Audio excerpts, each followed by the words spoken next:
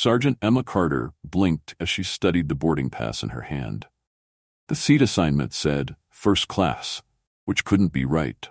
After 6 grueling months stationed in Afghanistan, she'd expected a small seat tucked at the back of the plane, maybe by the bathroom.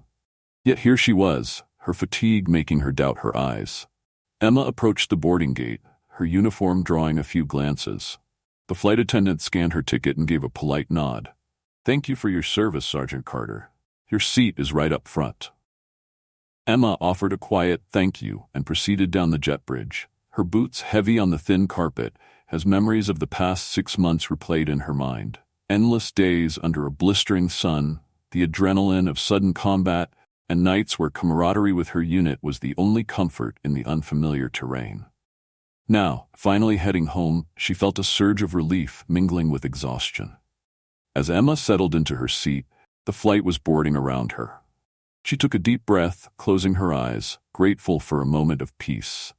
But her moment was short-lived. A well-dressed man in his 40s, his face stern and clean-shaven, stopped in front of her row, his gaze narrowing as he scanned her uniform and then her face. "Excuse me," he said, his voice tinged with an edge of disbelief. "Are you sure you're in the right seat?" Emma looked up, surprised by his tone, which carried a faint but unmistakable note of condescension. "Yes," she replied evenly, lifting her ticket. "This is my assigned seat." The man's eyes flicked to the flight attendant standing nearby, who had also noticed the exchange. "Excuse me, miss," he called to her. "Could you check? This soldier doesn't belong here, surely. First class isn't really meant for, well, military personnel." The flight attendant, a young woman with a calm and professional demeanor, stepped over. "This is Sergeant Carter's assigned seat, sir," she said. "If you need any assistance with your own seat, I'd be happy to help." The man's frown deepened, but he nodded curtly and took his seat a few rows away, occasionally glancing back with a look of frustration. Emma could feel his disapproval lingering, a quiet but heavy judgment that cut through her earlier peace. Emma clenched her fists, keeping her expression neutral. She'd faced tougher battles than a rude passenger, yet the sting of being so swiftly dismissed after everything she'd done left a dull ache.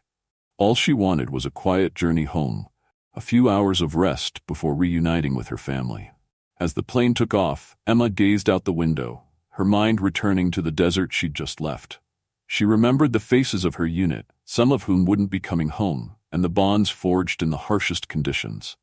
Those memories, raw and precious, helped her center herself, letting the man's pettiness fade into the background. The seat next to her remained empty for the first hour, and she relished the solitude. However, she soon noticed a subtle shifting from her earlier critic, Adam Walsh.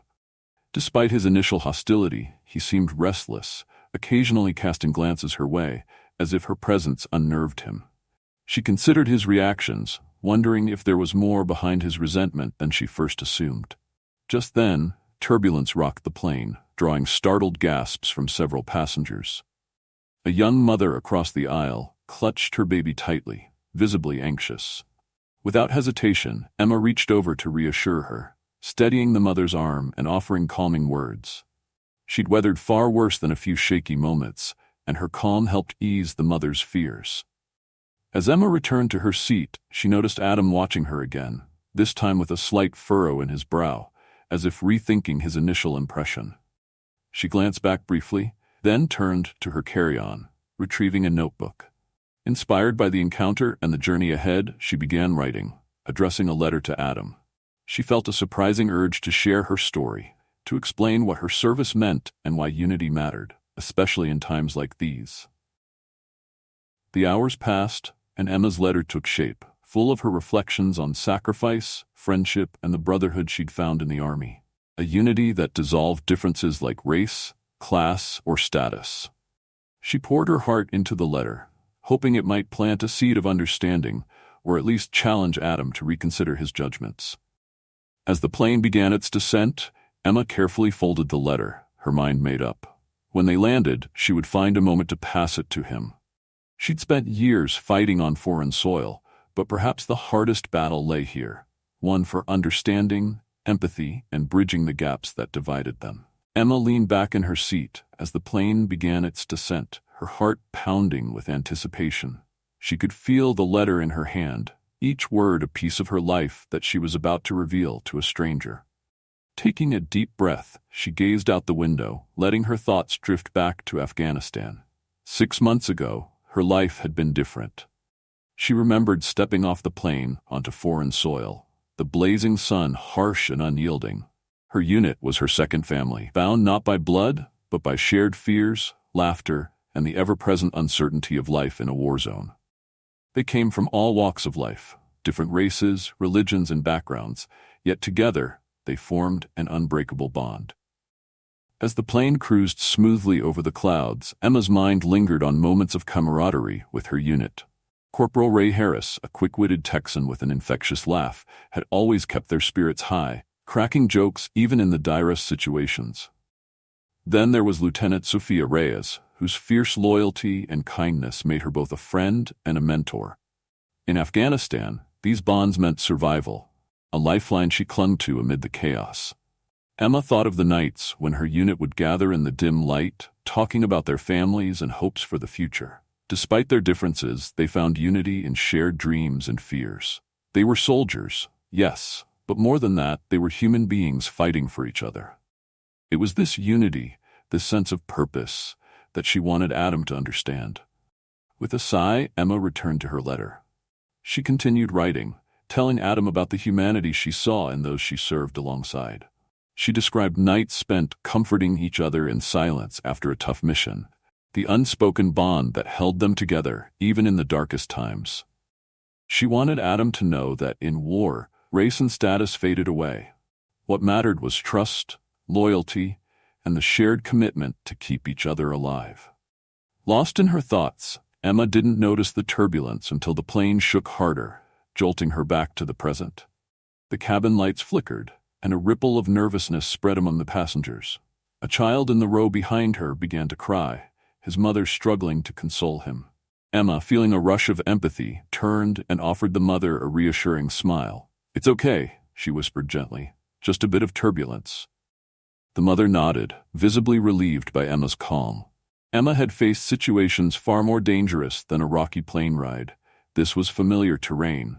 She settled back, a gentle smile on her face, knowing that her small gesture had eased someone's fear. As the turbulence subsided, she glanced at Adam. He had been watching her, his expression unreadable. She sensed something beneath his earlier hostility, something that hinted at a deeper pain. There was a tension in his gaze that suggested he wasn't simply irritated by her presence. There was more to his resentment, something he kept guarded. Emma looked away, not wanting to intrude, but the thought stayed with her. Could it be that Adam's reaction to her was rooted in something personal? She couldn't help but wonder if his animosity stemmed from a misunderstanding or perhaps a painful experience related to the military. As the plane finally began its descent, Emma folded her letter, her resolve growing stronger. Regardless of Adam's reasons, she felt a responsibility to reach out. She would give him the letter, hoping that her words might bridge the gap between them, even if just a little. The wheels touched down, and a soft rumble reverberated through the cabin. Emma's pulse quickened. She glanced at Adam, who had already risen, collecting his belongings with practiced efficiency. Gathering her courage, Emma stood and approached him just as he was about to step into the aisle. "Excuse me," she said, holding out the folded letter. I'd like you to have this." Adam looked at her, his gaze flickering with a mixture of surprise and hesitation. He hesitated, then took the letter, glancing down at the neat handwriting on the envelope. "Thank you," he mumbled, his tone more subdued than before. Emma offered him a small smile. "I hope you'll read it," she said, her voice soft. "It's important." Without waiting for a response, Emma turned and made her way down the aisle. She didn't look back, but she could feel the weight of the moment settle on her, her chest tight with the vulnerability of having shared a piece of herself. She hoped, perhaps naively, that her words would reach him, that he would find understanding in the story she had shared. As she walked through the airport, Emma tried to shake off the lingering tension, but something told her this encounter wasn't over. There was a connection, however tenuous, between them, a bridge that had been built in silence, waiting to be crossed. Emma took her time walking through the bustling airport, weaving through crowds of people greeting loved ones or hurrying to catch connecting flights. She tried to calm herself, wondering if handing Adam the letter had been the right choice. She knew she had put a piece of herself in those words, and a part of her feared he wouldn't understand. Yet, another part of her hoped he would. Meanwhile, back on the plane, Adam still stood in the aisle, clutching the letter Emma had handed him. He glanced down at it, hesitating. The folded paper in his hand felt heavier than it should have, as if carrying the weight of her unspoken words. He remembered her calm demeanor, her patience in the face of his hostility. His fingers trembled slightly as he unfolded the letter. The letter began simply, "Dear Adam, I'm not sure what you think of me or my place here, but I want to share a piece of my story if you'll let me. In the Army, I've served alongside people from every walk of life. Men and women, from every background, color, and religion, all of them becoming my brothers and sisters. Out there, none of that matters. What matters is that we have each other's backs. In Afghanistan, I saw humanity at its rawest, its most vulnerable and powerful. When we shared stories by the campfire or huddled together during firefights, I saw how deeply we are all connected. I know I may never understand your life or what you've been through, but I hope my story helps you see that no one's worth is defined by their title or where they're seated on a plane. Thank you for listening." Emma. Adam's eyes scanned over her words, each sentence resonating deeply. He could feel his initial anger slipping away, replaced by an unfamiliar sense of shame and regret. The words brothers and sisters struck a chord within him, conjuring memories of his younger brother, Liam, the bright-eyed kid with dreams of serving his country, who had lost his life overseas. Adam's grip on the letter tightened as the familiar ache of loss welled up inside him. His brother's death had left a chasm in his heart, a wound that had never healed. Since that day, anger had become his constant companion, clouding his judgment and filling his heart with bitterness. Seeing Emma in uniform had brought all of it back, raw and unfiltered. Determined to set things right, he gathered his belongings and quickly exited the plane, his eyes searching the crowded terminal for Emma. He spotted her near the baggage claim, standing by herself, looking tired but content. Taking a deep breath, Adam approached her, his footsteps hesitant but purposeful.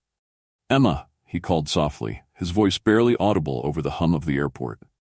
She turned, surprised to see him again. For a moment, they stood in silence, two strangers bound by a fragile connection. Adam held up the letter, his gaze softening as he looked at her. "I read it," he said, his voice thick with emotion. "And I'm sorry. I was out of line." Emma nodded, her expression open and understanding. "It's okay," she replied. "I didn't take it personally." Adam looked down, shame coloring his cheeks. "No, it's not okay. I shouldn't have judged you. I guess I have my own issues with the military." His voice faltered, and he looked away, swallowing the knot in his throat. "My brother, he didn't make it back from his deployment." Emma's heart clenched as she watched him struggle to speak, the pain evident in his eyes. "I'm so sorry," she whispered. "Losing someone that close, I can't imagine the pain." Adam nodded, still looking away. "It's been years, but the anger, it never really left. When I saw you, I felt it all over again. I guess I thought, if I could blame someone, it would hurt less." Emma reached out, placing a gentle hand on his shoulder. "I know what it's like to feel anger and pain, but sometimes holding on to it only makes the hurt deeper."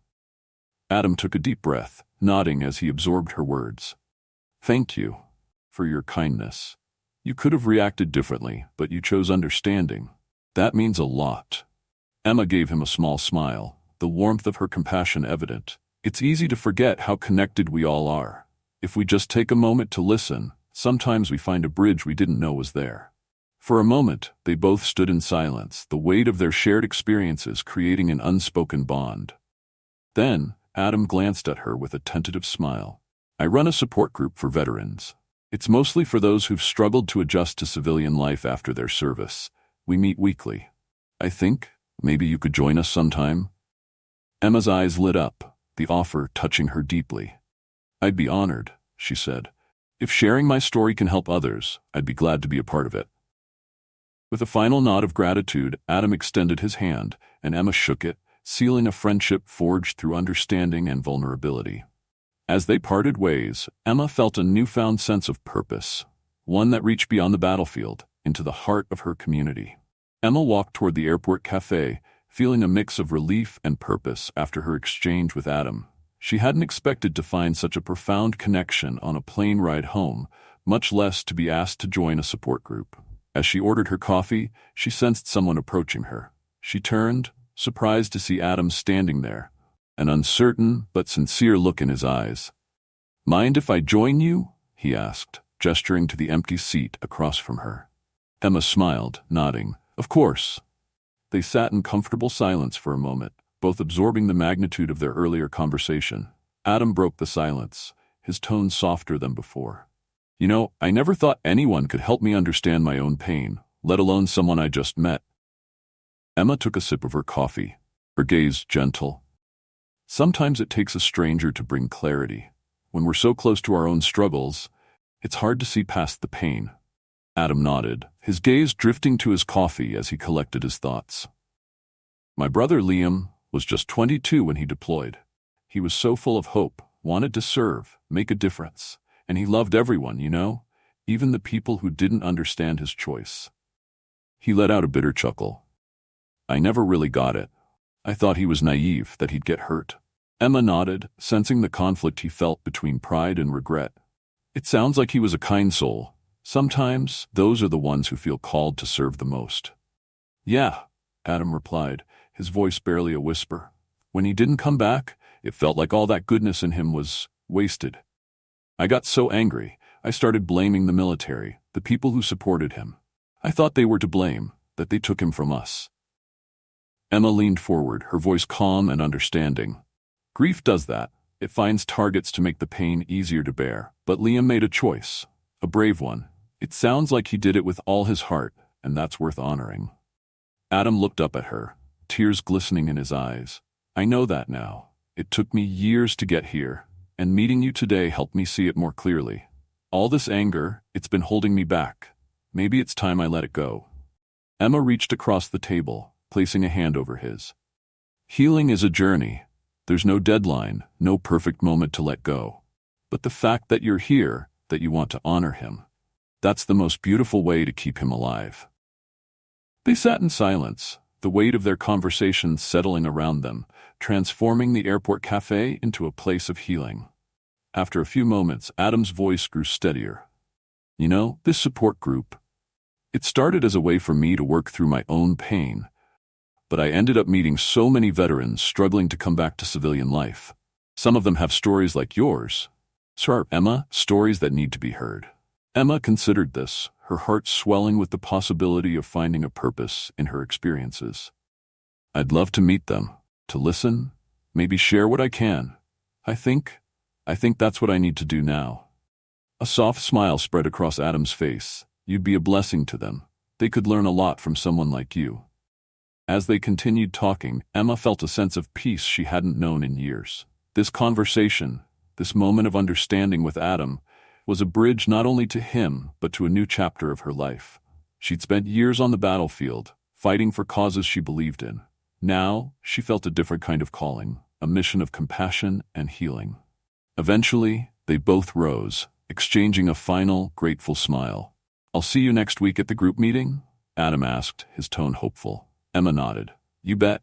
And thank you, Adam, for helping me find my purpose." As they parted ways, Emma felt lighter, her steps filled with purpose. She had come home, not just to her country, but to a path of healing that extended beyond herself. For the first time in a long time, Emma felt truly at peace. Emma arrived at the Veteran Support Center the following week, her heart racing with anticipation and a tinge of nervousness. The building was modest but inviting, with a small sign reading, "Veterans United," above the door. As she stepped inside, she was greeted by the hum of quiet conversations and warm smiles from people scattered around the cozy room.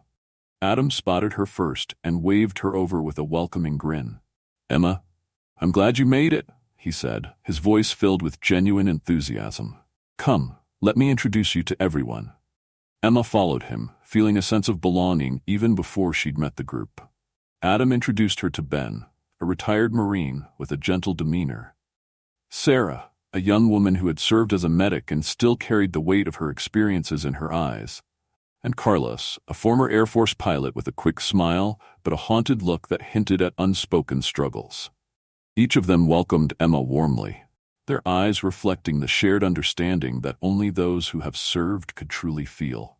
Emma sat down, settling in as the group began their weekly meeting. Adam opened the discussion, his tone encouraging and respectful. Today, we have Emma joining us. She just got back from Afghanistan. I thought it would be a great opportunity for her to share a bit about her experiences and her journey home.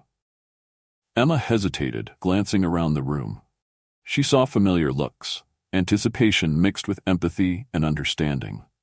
She took a deep breath and began to share, recounting moments from her deployment, the bonds she had formed with her unit, and the sense of purpose that kept her grounded even in the darkest hours. I think what keeps me going, she concluded, is knowing that no matter where we come from or what we believe, we share this unbreakable bond. We look out for each other because, out there, all we have is each other. As she spoke, she noticed heads nodding, a few eyes glistening with tears. Her words struck a chord, echoing their own unspoken feelings. Carlos, who had remained quiet, spoke up, his voice rough with emotion. That's the hardest part about coming back, you know? Out there, we're a family. Here, sometimes it feels like no one understands. Emma nodded, understanding the weight behind his words. That's why groups like this matter. They remind us that we're not alone, even if the world around us can't see it. The conversation flowed naturally from there, each veteran sharing their story, their struggles, and the small victories they celebrated as they navigated life after service. Emma felt a sense of catharsis, a relief she hadn't known she needed. The room was filled with raw honesty, each person laying bare their emotions, knowing they were in a safe space. As the session ended, Adam approached Emma, a sense of pride evident in his gaze. You've made a real impact today. Seeing everyone open up like that, it doesn't happen every week. Emma smiled, her heart swelling with a deep sense of fulfillment. I didn't realize how much I needed this. Thank you for inviting me. Before she left, Sarah, the young medic, approached her shyly. Emma, would you be willing to speak at a school event next month? They're looking for veterans to share their experiences, and I think the kids would learn a lot from you. Emma's eyes brightened at the idea. She had found purpose here, and sharing her story to bridge the gap between civilians and veterans felt like the perfect way to continue healing. I'd love to, she replied, touched by the invitation. Thank you, Sarah. As Emma walked out of the support center that evening, she felt an overwhelming sense of peace and direction. For the first time since returning from Afghanistan, she didn't feel lost. She had a mission, a purpose, one that extended beyond her own experiences, reaching into the hearts of others and bridging divides she hadn't known could be crossed.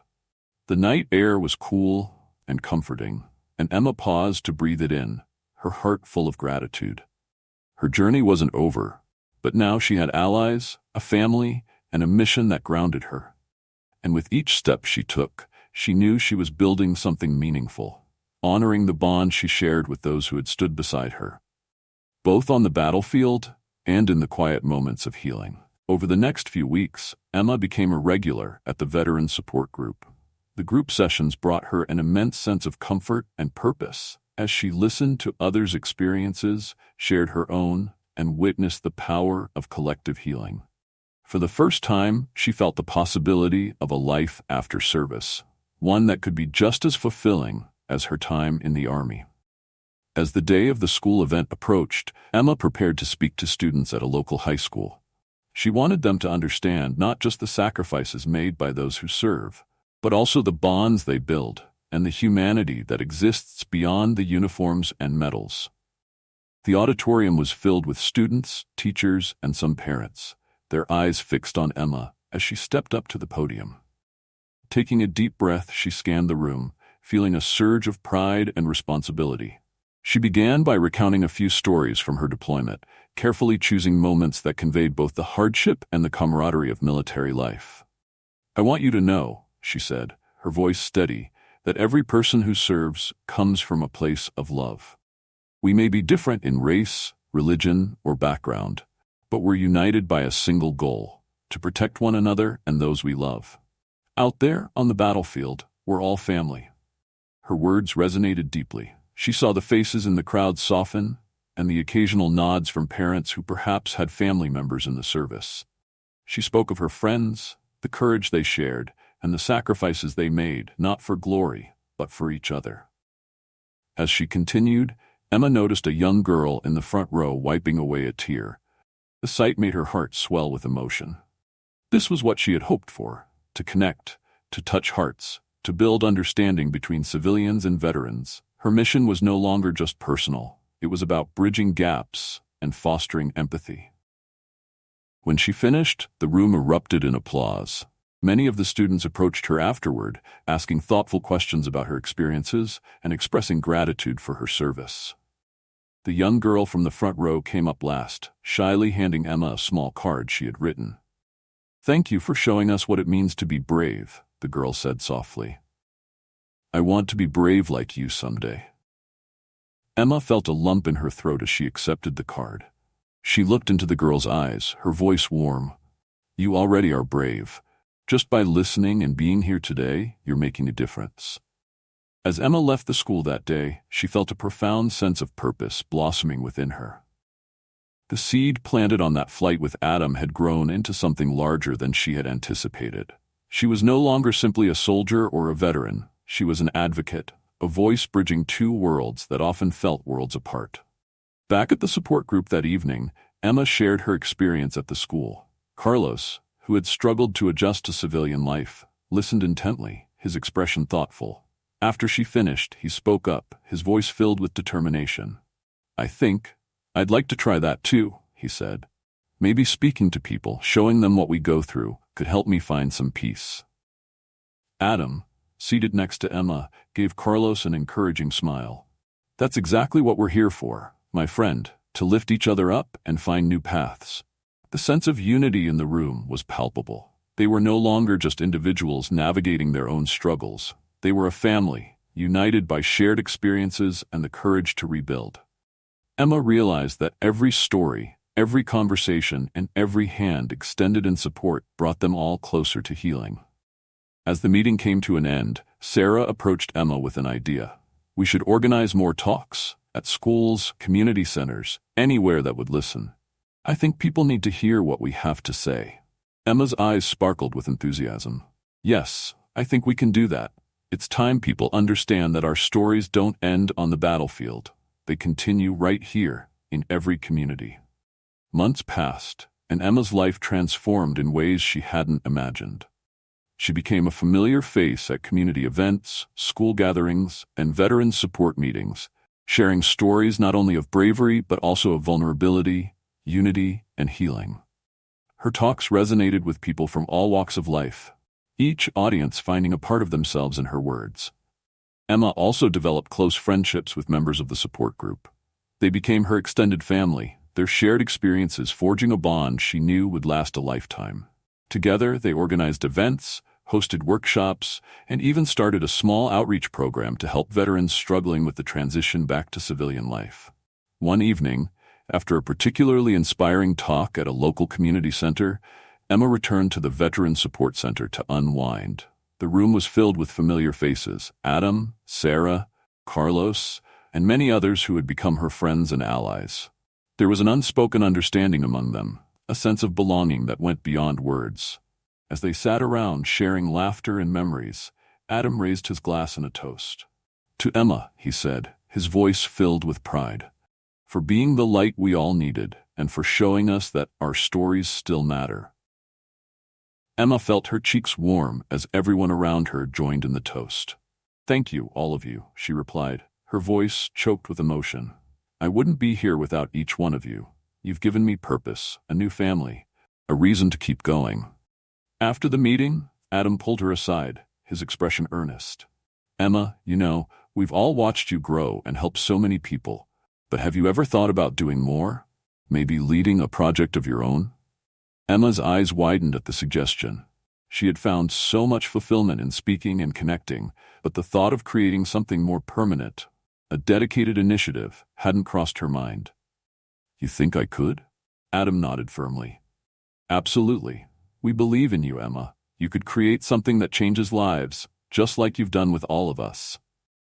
Inspired by his words, Emma spent the next few months designing a program that would connect veterans with local schools, community organizations, and counseling services. She called it Bridges of Understanding, a name that represented her mission to bring civilians and veterans closer together through shared stories and experiences. The program took off. Soon, veterans across the city were participating, eager to share their journeys and find purpose in helping others. Emma was overwhelmed by the response, deeply moved to see the ripple effect of her efforts touching so many lives. One afternoon, Emma's family visited her at the support center. Her parents, proud and supportive, watched as she coordinated an event. Her mother, beaming with pride, pulled her into a hug. "We always knew you were meant for something special," she whispered. "But what you're doing now, it's more than we ever imagined." Emma hugged her mother back, feeling a peace that had eluded her for so long. The journey had been filled with challenges, but she had found her way home, not just to a place, but to a purpose. A life where her experiences could uplift others and inspire compassion. As the evening came to a close, Emma stood by the entrance of the support center, gazing at the stars. She felt the presence of her unit, her family, her community, all around her, each connection a testament to her mission. Her heart was full. She no longer felt defined by her past battles, nor was she weighed down by the pain of transition. Instead, she was part of something greater, a bridge between worlds, a source of understanding that would continue to grow, helping others find their way. And as she turned to rejoin her friends and family inside, Emma knew that she had finally come home. Don't forget to like and subscribe to our YouTube channel so we can keep bringing you the best stories.